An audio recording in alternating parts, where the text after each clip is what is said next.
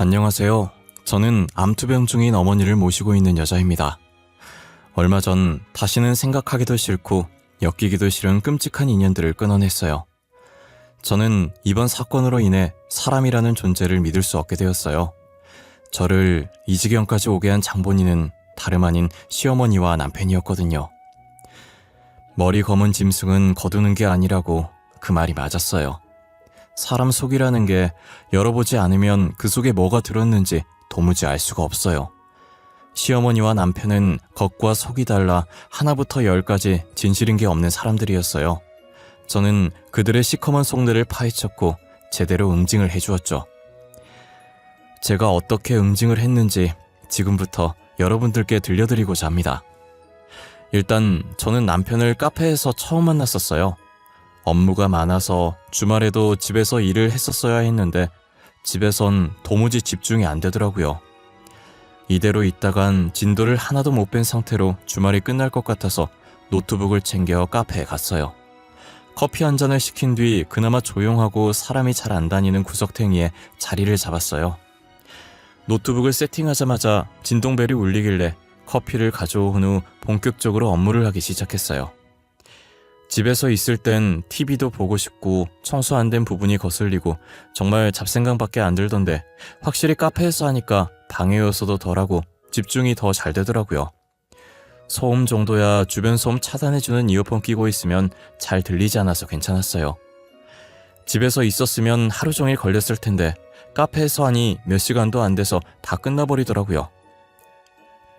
앉은 자세에서 한 번도 일어서지 않았더니 몸이 너무 뻐근해서 창밖을 보며 기지개를 켜고 있었는데 누군가 제 자리에 와서 테이블을 손가락으로 두드리더라고요. 갑자기 들려오는 소리에 놀라서 움찔거리면서 쳐다보니 웬 남자가 한 명 서 있는 거예요. 키도 훤칠하고 얼굴로 반반한 사람이 무슨 일로 왔나 싶었는데 자신의 휴대폰을 제게 내밀더라고요. 그때 휴대폰을 내밀었던 그 남자가 바로 지금의 제 남편이에요. 저는 처음에 제 꼴이 말이 아니라서 친구들이랑 내기라도 한 줄 알았어요. 들어오실 때부터 계속 봤는데 일하시는 것 같길래 혹시나 방해될까봐 끝날 때까지 기다렸어요. 실례가 안 된다면 휴대폰 번호 여쭤봐도 될까요? 너무 제 이상형이셔서요. 제가요? 머리 대충 묶고 옷도 대충 추리닝 입고 후줄근하게 온 제가 이상형이라고요? 혹시 친구분이랑 내기하셨어요? 그렇다면 죄송하네요. 뭐 걸었는지 모르겠지만 친구가 원하는 대로 해주셔야겠어요. 에? 내기요? 내기가 아니라 진짜예요. 정말 제 이상형이세요. 제가 꾸민 사람보다 수수한 사람을 좋아하거든요. 아까 일하시는 모습도 너무 열정적이고 멋있었어요. 남편은 사람 좋은 미소를 지으며 다시 한번 제게 휴대폰을 내밀었어요. 저는 얼떨떨한 기분으로 잠시 망설이다가 남편 휴대폰에 제 번호를 찍어줬어요. 남편은 제게 휴대폰을 다시 돌려받고 그 자리에서 바로 통화 버튼을 누르더라고요. 제 휴대폰에 벨소리가 들리자 지금 찍힌 번호가 자기 번호라고 저장하라고 하더니 자리로 돌아갔어요. 난생 처음으로 누군가에게 번호를 줘본 것이라 기분이 되게 묘하고 이상했어요.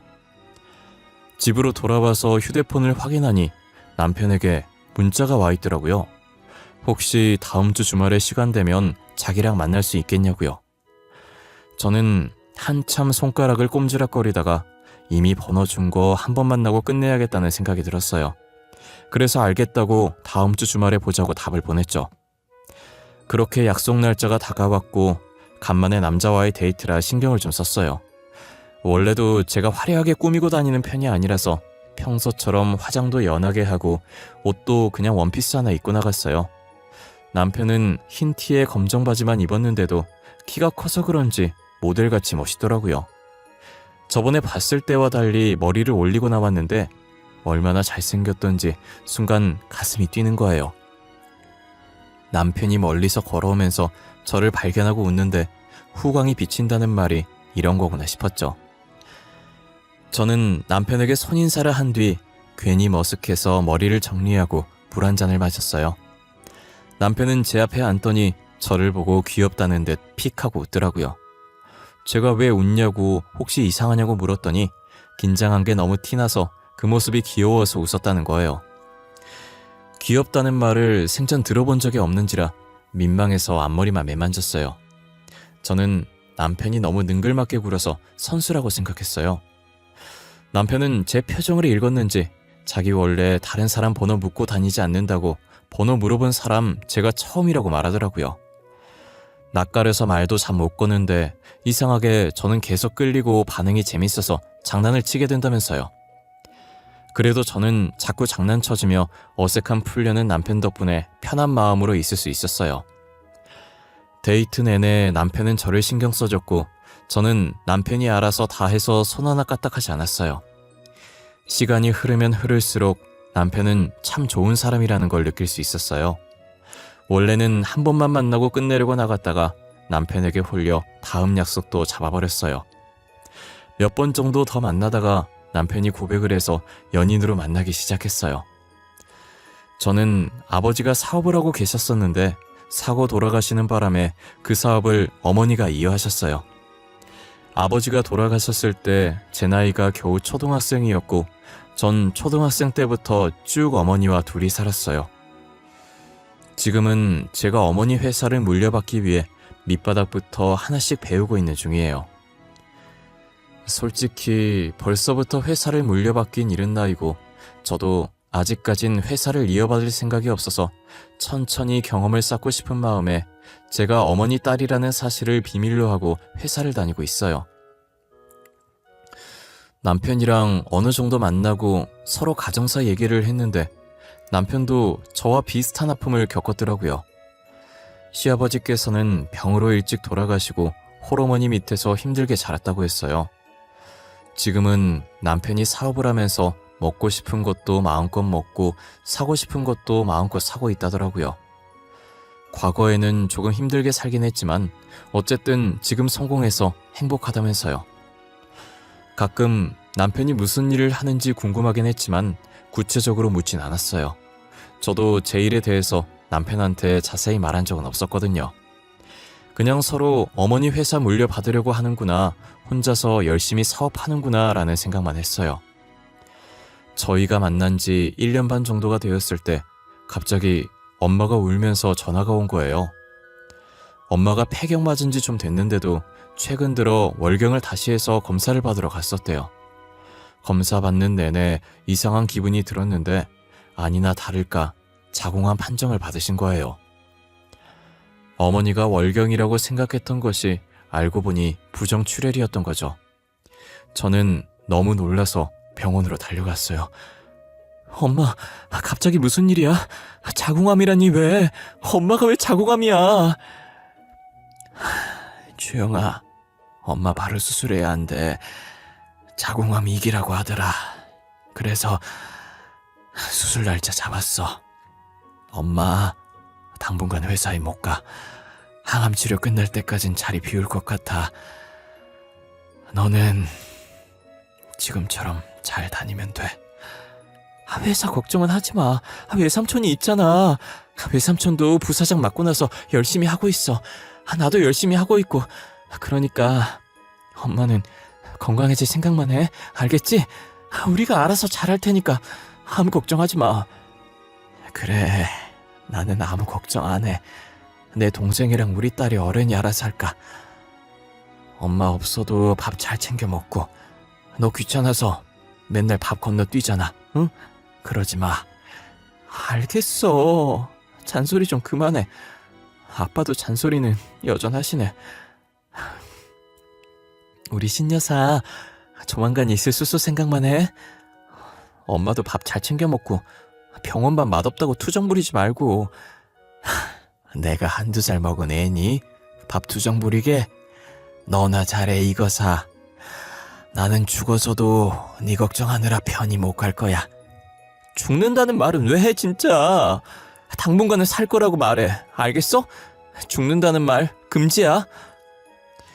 친정 어머니는 수술 전 정밀 검사를 했는데 가슴 쪽에도 아주 조그만 혹이 발견돼서 같이 떼어냈어요. 다행히 수술은 성공적이었고 몸 회복 후 본격적으로 항암 치료에 들어갔어요. 의사 선생님은 가슴 쪽으로 전이가 됐던 것 같다고 이대로 완치 판정받으면 좋겠지만 언제 어디에 다시 전이가 될지 모른다고 항상 조심하라고 하시더라고요. 그런데 의사 말처럼 반년 뒤에 또 전이가 된 건지 다른 곳에서 암세포를 발견하게 됐어요. 결국 친정어머니는 다시 병원 신세를 지게 되었죠. 그간 친정어머니 병간호하느라 남편에게 신경을 못 썼었는데 남편은 다 이해했어요. 제가 너무 미안해하자 오히려 남편이 저와 친정어머니를 걱정했어요. 가끔 남편이 맛있는 것들을 사들고 친정어머니 병실에 깜짝 등장할 때도 있었어요. 어머니는 남편에게 항상 좋은 일로 만나야 하는데 첫 대면이 병원이라 미안하다고 했어요. 남편은 그런 말 하지 마시라며 귤을 까서 친정어머니 손에 쥐어줬죠. 저는 그런 남편의 모습을 보고 이 사람과 결혼하면 눈물 흘릴 일은 없겠다는 생각이 들었어요. 그러다 어느 날 남편이 할 말이 있다고 집 앞인데 잠깐 나올 수 있냐고 해서 나갔는데 진지한 얼굴로 저를 기다리고 있더라고요. 무슨 일이야? 무슨 말을 하려고 이렇게 심각한 표정으로 분위기를 잡고 있어? 회사에 무슨 일이라도 있어? 아님 집에 무슨 큰일이라도 났어? 주영아, 오해하지 말고 들어. 우리 이제 만난 지도 2년 됐고 어머님도 저렇게 아프시고 우리 어머님 조금이라도 건강하실 때 결혼하는 게 어때? 결혼? 갑자기? 지금 오빠 나한테 프로포즈 하는 거야? 프로포즈를 뭐 이렇게 해. 나 지금 진지해. 어머님 계속 암이 전이되고 계시잖아. 조금이라도 건강할 때, 살아계실 때 딸 결혼하는 거 보고 싶어 하시지 않겠어? 남편은 자신의 말에 오해하지 말라면서 친정어머니 조금이라도 건강하실 때 결혼을 하자더라고요. 언제 다시 또 다른 곳에 전이가 되어 수술하거나 항암 치료할지 모르는데 치료할 때마다 몸이 상할 거고 더 아프기 전에 결혼을 하자는 거예요. 솔직히 저희 어머니가 곧 죽는 것도 아닌데 그런 말 하는 게 서운했지만 남편 말도 틀린 건 아니었어요. 조금이라도 건강하실 때, 즐길 기운이 있으실 때 결혼하는 게 맞다는 생각이 들었어요. 게다가 저는 당시에 남편과 결혼할 마음이 있었으니까요.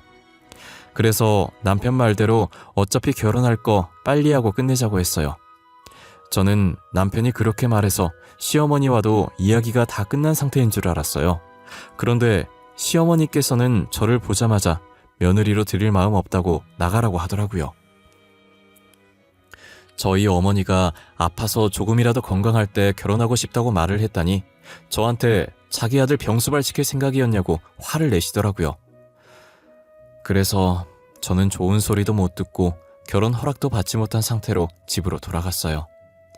그런데 다음날 시어머니께서 다시 저를 부르시더니 벼랑간 결혼을 허락해주겠다는 거예요. 저를 대하는 시어머니의 태도도 전날과는 확연히 달랐고요. 그땐 그저 단순하게 남편이 시어머니를 힘들게 설득해서 허락해준 거라고 생각했었어요. 친정어머니가 외출 가능하실 때 빠르게 결혼을 마쳤고 저는 결혼 후에도 친정어머니 병간호를 했어요. 결혼 전엔 맛있는 거 사들고 저희 어머니 병원도 자주 오고 장모님밖에 모르는 바보처럼 굴던 남편은 결혼한 뒤로 뭐가 그렇게 바쁜지 매일같이 야근한다고 집에 붙어있는 꼴을 보지 못했어요. 저희 어머니 병원에도 어쩌다 가끔 한 번씩 얼굴만 보여주는 게 다예요. 친정어머니도 남편을 많이 아끼셨었는데 결혼 후 그런 모습을 보고 실망을 많이 하셨어요. 남자들 결혼 전이랑 결혼 후가 완전 바뀐다더니 저희 남편은 바뀐 정도가 아니라 아예 다른 사람이 된 것만 같았어요. 남편은 영업 핑계를 대고 계속 밖에 싸돌아다니면서 술만 마시기 시작했어요. 연애할 때의 모습은 온데간데 없었고 술에 찌들어 있는 모습을 마주하게 됐죠. 이런 사람이었다는 걸 진작에 알았다면 결혼하지도 않았을 거예요. 저는 참다가 매일같이 술을 퍼마셔서 도대체 무슨 일을 하길래 술 없이는 일이 안 되는 건지 물어봤고 하늘 같은 남편이 하는 일에 궁금해하지 말라는 대답만 돌아왔어요. 남편의 대답을 듣고 나서 저도 알고 싶지 않다고 사업 잘 안 되면 저한테 손 벌리지나 말라고 했어요. 저는 남편의 저런 꼴을 더 이상 보고 싶지 않아서 친정어머니랑 같이 병원에서 지냈었어요. 어머니께서 반찬 투정을 잘 안 하시는데 그날따라 제가 해준 나물이 먹고 싶다고 난리시더라고요. 어차피 남편 출근해서 없을 시간이라 아무도 없을 때 집에 있는 반찬 조금 가져오려고 병원을 나왔어요. 집 비밀번호를 입력하고 현관문을 열었는데 앞에 남편 구두가 있더라고요. 출근 안 했냐고 물어보려다가 말 섞기 싫어서 인사도 안 하고 집 안으로 들어갔어요. 방에서 누구랑 그렇게 열심히 통화하는지 제가 들어오는 소리도 못 들은 것 같더라고요. 저는 통화를 하든지 말든지 곧장 주방으로 발걸음을 옮기려는데 남편의 말이 끝나자마자 상대 쪽에서 다른 여자 목소리가 들리는 거예요. 저는 주방으로 향하던 발걸음을 안방 쪽으로 옮겼어요. 저는 안방 앞에 섰고 문을 사이에 둔 상태로 남편과 마주하고 있었어요. 문틈에서 카랑카랑한 여자 목소리가 새어나오더라고요. 아, 맞다. 오빠, 그래서 그 여자랑 언제 이혼할 거야? 아직 그 여자 엄마 안 죽었어? 아, 많이 아프다며 곧 죽을 것 같다고 하더니 깜깜무소식이네. 아, 그니까 곧 죽을 것 같았는데 안 죽더라고. 역시 목숨이라는 게 끈질겨. 아, 그 아줌마가 빨리 사라져야 사위인 내가 그 회사를 물려받을 텐데. 근데 그 회사가 진짜 그 아줌마 회사 맞아? 돈 많은 거 맞냐고. 오빠도 사업한다고 거짓말 치고 다니잖아. 그 여자도 오빠처럼 거짓말 하는 거 아니야? 아, 그건 아니야. 내가 결혼 준비하면서 걔네 집도 가봤는데 진짜 부자야. 근데 부자 티를 안 내. 아니, 그때도 평범하게 입고 와서 우리 엄마가 돈 없는 집안인 줄 알고 결혼 허락 안 해줘서 당황했잖아. 나도 그 얘기 듣고 얼마나 웃었던지. 오빠가 그 부잣집 재산 그대로 꿀꺽하면 오빠 어머님한테도 조금 주겠다고 했다며? 그래야 결혼 허락해주겠대. 그리고 그 돈으로 해외에 나가 살까봐 지금 아슬아슬해. 조만간 사람들 쳐들어올 것 같아. 빨리 명의 다 집사람 이름으로 돌려놔야지. 그 여자 좀 불쌍하다. 엄마 죽으면 재산도 잃고 사기꾼으로 몰리고. 근데 뭐 내일 아니니까. 저는 남편과 여자가 나눈 대화를 듣고 충격을 받았어요. 알고 봤더니 남편이 저희 집 재산을 노리고 일부러 제게 접근했던 거였어요. 카페에서 제가 결제하려고 꺼내든 지갑을 보고 한정판 명품 지갑인 걸 알고 일부러 제게 이상형이라며 관심 있는 척 제 번호를 물어봤던 거예요. 처음 시어머니께서 결혼을 허락하지 않았던 건 제가 그저 그런 집안인 줄 알고 반대를 한 거였죠. 남편은 시어머니한테 알고 보면 부잣집 딸이니 곧 재산 빼돌려서 조금 나눠주겠다고 말했대요. 그래서 저를 다시 불러서 처음과 다른 대우를 하시고 결혼까지 허락해 주신 거죠. 그리고 남편이 사업한다는 말도 다 거짓말이었어요. 사업은커녕 사람들 속에서 사기치고 돈 빼돌리는 사람이었던 거예요. 나중에 자기가 사기친 것들을 전부 제 잘못으로 엮고 들어갈 계획이었던 거죠. 저는 이미 여자 목소리가 들렸을 때부터 불륜이라는 생각에 녹음기를 켜고 다가갔었는데 어쩌다 보니 이혼 소송하려다가 더 큰 걸 알게 됐어요. 저는 너무 놀라서 소리도 안 나오고 입만 막고 있었어요. 그런데 남편이 여자를 만나러 나가려는지 나중에 만나자고 하더니 전화를 끊고 안방 화장실로 들어가더라고요. 누가 봐도 아까 통화한 여자랑 불륜인데 제가 녹화했던 통화 내용만 봐서는 불륜으로 보이지 않아서 확실한 불륜 증거를 찾겠다고 마음먹었어요. 저는 여자를 만나러 갈 남편의 뒤를 쫓아야겠다는 생각을 했고 혹시나 제가 왔다는 걸 들킬까봐 앞에 있던 제 신발을 손에 들고 다른 방에 들어가 숨어 있었어요. 10분 정도 지났을 때 남편이 안방에서 나왔고 신발 신는 소리가 들리더니 현관문을 열고 나가더라고요. 저는 1분 정도 더 있다가 현관문을 열고 나왔어요. 계단으로 뛰어서 주차장에 도착했고 남편은 이미 차에 타서 휴대폰을 보고 있더라고요. 저도 재빨리 엄마 차에 올라타서 남편이 출발하는 것만 기다렸어요. 제 차로 가면 번호판 보고 들킬까봐 병원에서 타고 왔던 엄마 차를 타고 따라가려고 했죠. 남편은 누구랑 통화를 하는 듯 하더니 차에 시동을 걸고 출발하더라고요. 저는 친정엄마한테 급한 일 생겨서 늦는다고 전화한 뒤 곧바로 남편 차 뒤로 붙었어요. 차가 점점 번화가로 빠지더니 꽤 크고 웅장한 카페 앞에 차를 세우더라고요. 저는 남편 차보다 조금 떨어진 곳에 세우고 남편이 들어가는 것을 확인한 후에 따라 들어갔어요. 남편은 어떤 여자 앞에 앉더니 여자가 마시고 있던 음료를 자연스럽게 뺏어들었어요. 여자는 왜 이리 늦게 왔냐고 칭얼거리더라고요. 그러더니 여자 옆자리로 옮겨서 누가 봐도 연인처럼 보일 정도로 알콩달콩한 거예요. 저는 멀리서 남편과 여자의 다정한 모습들을 찍었어요. 잘 나왔는지 확인하고 있는데 남편과 여자는 아까 통화했던 것들을 다시 얘기하더라고요. 아, 오빠랑 빨리 결혼하고 싶다. 그 아줌마가 죽어야 오빠도 이혼하고 나랑 결혼할 텐데. 나 같은 여자 또 없다? 먼저 만나고 있던 여자친구 놔두고 다른 여자랑 결혼한다는 거 허락해주고 말이야. 아이고, 너도 돈 때문에 허락한 거면서 마음 넓은 여자친구인 척하는 거 봐. 뭐가 됐든 다른 여자랑 결혼하겠다는 남자친구 허락해주는 여자친구가 또 있는 줄 알아? 나니까 허락해주는 거야, 나니까. 나 좀 질투나? 그 여자랑 뭐 있는 거 아니지? 있긴 뭐가 있어. 걔는 매일 병원에만 있고 걔가 집에 오는 시간에는 내가 밖에 있는데 마주칠 일이 있겠어? 그리고 나 매일 밤 너랑 같이 있잖아. 그건 또 그렇지. 밤마다 말고 하루 종일 같이 있고 싶다. 오빠랑 안 떨어지고 싶어. 오빠, 근데 앞에 앉아있는 저 여자, 그 여자랑 똑같이 생겼다. 오빠랑 결혼한 여자 말이야. 제가 앉은 자리는 그들이 고개 들면 보이는 자리였고 한참 동안 서로 꽁냥꽁냥거리느라 저를 발견하지 못하다가 여자가 주변을 두리번거리더니 저와 눈이 딱 마주친 거예요. 이 카페가 저희 집과 거리가 꽤 있는지라 제가 올 거라는 생각을 못하고 저와 닮은 사람인 줄 알더라고요. 남편은 여자의 말에 누구 말하는 거냐며 여자가 보고 있던 방향으로 시선을 돌리더니 저와 눈이 마주치자마자 얼굴이 새하얘지더라고요. 저는 일어나서 그들이 있는 테이블로 발걸음을 옮겼어요. 여자는 사태 파악이 안 되는지 저와 가까워지자 가까이서 보니 더 똑같다며 마냥 웃고 있더라고요. 내가 저 남자 와이프랑 똑같이 생겨서 신기한가 보다. 근데 어쩌냐? 난 닮은 사람이 아니라 진짜 저놈 와이프인데 말이야.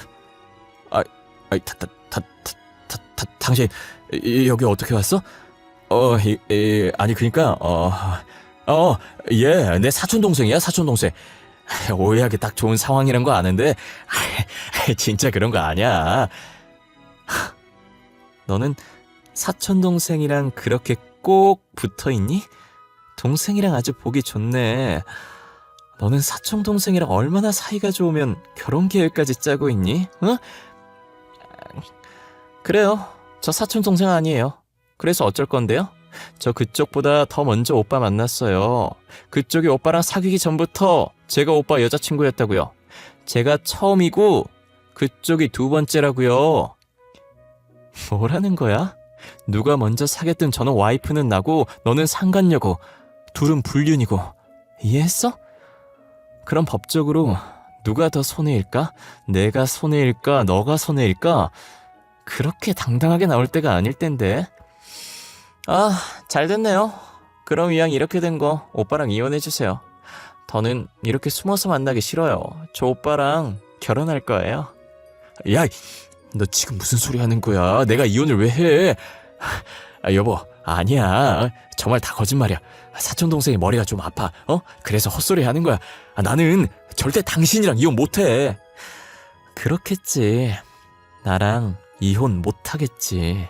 우리 엄마 죽기만을 기다리고 있을 텐데 어떻게 이혼을 하겠어? 우리 회사, 우리 집 재산까지 다 먹은 뒤에 이혼해야지. 그치? 제가 집에서 들었던 것들을 말하자 남편은 아무 말도 못하고 저만 바라봤어요. 옆에 있던 여자도 남편 못지않게 놀라서 몸을 움직이지도 못하고 그대로 멈춰 있더라고요. 저는 여유로운 미소를 지으며 앞에 있던 음료를 들어 여자 머리 위로 부었어요. 여자는 음료가 얼굴을 타고 흐르자 소리 지르고 난리더라고요. 뭐 하는 짓이에요? 옷에 다 묻잖아요. 이거 비싼 건데. 내가 어떻게 구한 옷인데 이게 어떤 옷인지는 알고 그러는 거예요?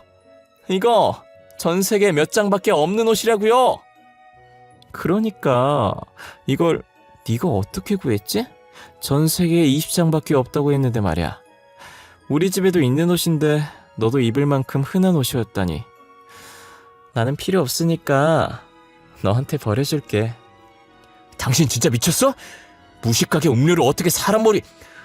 아무리 화가 나도 그렇지 사람들 다 보는 데서 교양없게 이게 무슨 짓이야? 아직도 남 신경 쓸 체면이 있으신가 봐. 사기꾼답게 뻔뻔하게 있어. 남 신경 쓰지 말고. 그리고 나 시작도 안 했어. 너네 가만 안 둘 거야. 한국에선 살 수 없게 만들어줄 거야. 기대해. 저는 남편의 뺨을 내리친 후 쓰레기라도 만진 듯 더럽다는 표정으로 손을 툭툭 털고 카페에서 나왔어요. 그리고 불륜 증거 자료들과 남편으로서 의무를 다하지 않았다는 증거들을 들고 변호사를 만나러 갔어요.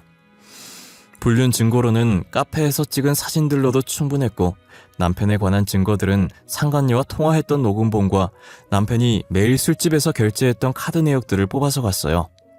저는 그 증거들로 이혼 소송과 상간녀 소송 그리고 사기죄까지 엮어서 소송을 진행했어요. 남편에게 피해 입었던 피해자들한테도 연락해서 따로 그분들의 소송도 도와드렸습니다. 남편은 제게 막대한 위자료를 줘야 했고 저한테 위자료를 주고 빈털터리가 됐어요. 그래서 자신이 사기쳤던 피해자들에게 줄 원금과 합의금이 있을 리가 없었고 결국 피해자와 합의를 하지 못해서 징역살이를 피할 수 없게 되었습니다. 자기 무덤 자기가 팠다고 그 상간녀한테도 섭섭하지 않을 만큼 받아냈습니다. 저보고 두 번째라고 떠들어대더니 결국 자기가 상간녀 소송을 당했으니 아주 기분이 더러울 거예요. 그 여자는 왜 저런 사기꾼을 좋다고 만났던 건지 이해가 되지 않았어요. 전 남편의 모든 사기 행적을 알고 나니 그들은 정상이 아니었던 것 같습니다. 어떻게 보면 사기 결혼을 당했지만 그래도 큰일 당하기 전에 알게 된 건 저한테는 천운이라는 생각이 들어요. 남편과 이혼 후 가끔 저희 어머니가 남편은 잘 지내냐고 물어보시는 거예요. 옛날처럼 매일 오는 건 아니어도 가끔 얼굴 비추고 그랬는데 요즘 도통 보이질 않는다고 하면서요. 저는 어머니가 몸도 안 좋으신데 또 걱정하실까봐 사실대로 말하지 못하고 남편이 요즘 사업하는 게 바빠서 집에도 잘 못 들어오고 야근한다며 둘러댔어요. 아무래도 사업을 해봤던 어머니인지라 회사가 힘들 땐 그렇게 일하기도 한다고 남편 힘들 테니 저보고 내조 잘하라고 하시더라고요. 그러다 한참 뒤에 저희 어머니도 저희 이혼 소식을 아셨어요. 왜 이혼한 거냐고 물어보신 적이 있는데 사실대로 말하지 않고 성격 차이로 이혼을 했다고 둘러댔어요. 부부들 보통 살다 보니 안 맞는 구석 많아서 이혼하지 않냐면서요. 남편을 많이 좋아하셨는데 뒤에서 그런 일을 꾸미고 있었다는 걸 알면 얼마나 속상해 하시겠어요. 저희 어머니께서 속상해하는 게 더 마음이 아파서 이 사실을 무덤까지 가지고 갈 생각이에요. 그리고 저는 다시는 연애나 결혼 같은 거 하지 않을 생각입니다. 앞으로 제게 먼저 다가오는 사람이 있다면 의심하고 또 의심할 거예요. 원래 사람을 되게 좋아하고 잘 믿었는데 이번 일로 인해 사람을 믿지 못하게 됐어요. 착하고 좋은 의도로 제게 다가왔다고 해도 항상 의심의 끈을 놓지 않을 것 같아요. 저는 이제부터 어머니만 바라보고 살 예정이에요. 그래도 항암 치료로 깔끔하게 암세포가 죽은 건지 다른 곳에 전이되지 않고 잘 지내고 있어요. 곧 있으면 퇴원도 가능하다고 하니 퇴원하시면 저는 어머니 집에 들어가서 같이 살려고요. 어머니랑 같이 지내면서 맛있는 것도 많이 먹고 여행도 다니면서 추억 많이 쌓으려고요. 주변에서 남는 건 사진밖에 없다고 하길래 어머니랑 여행 다니면서 사진 많이 찍으려고 카메라는 잘 모르지만 제일 비싼 걸로 하나 뽑았어요. 어머니는 뭐하러 샀냐고 하시지만 내심 좋아하시는 것 같았어요. 저희 어머니 젊었을 때 취미가 길거리 돌아다니면서 사진 찍는 거였거든요. 아버지랑 많이 다녔었는데 옛날 생각 많이 난다고 얼굴에 웃음이 떠나질 않더라고요. 아버지랑 했던 것들 앞으로 제가 대신 해주기로 했어요. 5년만 잘 버티면 완치 판정 받을 수 있다고 하니 제가 옆에서 열심히 보살펴 드리려고요. 저는 어머니께서 오래오래 제 옆에 있었으면 좋겠어요. 그동안 많이 아팠으니 더 이상은 아프지 않으셨으면 합니다. 제 이야기는 여기까지입니다. 저는 비록 최고의 인연을 만나지 못했지만 제 사연을 듣고 있는 여러분들이라도 최고의 연인을 찾아 그 인연들과 함께 행복하게 살 수 있길 기원합니다. 사랑하는 부모님과 함께 늘 건강하시고 웃음 가득한 하루하루를 보내시길 바랄게요. 그리고 쑥스럽겠지만 부모님께 정말 사랑한다고 감사하다고 한 번씩만 말해보시길 권합니다. 지금까지 저의 긴 사연을 들어주신 모든 분들께 감사합니다.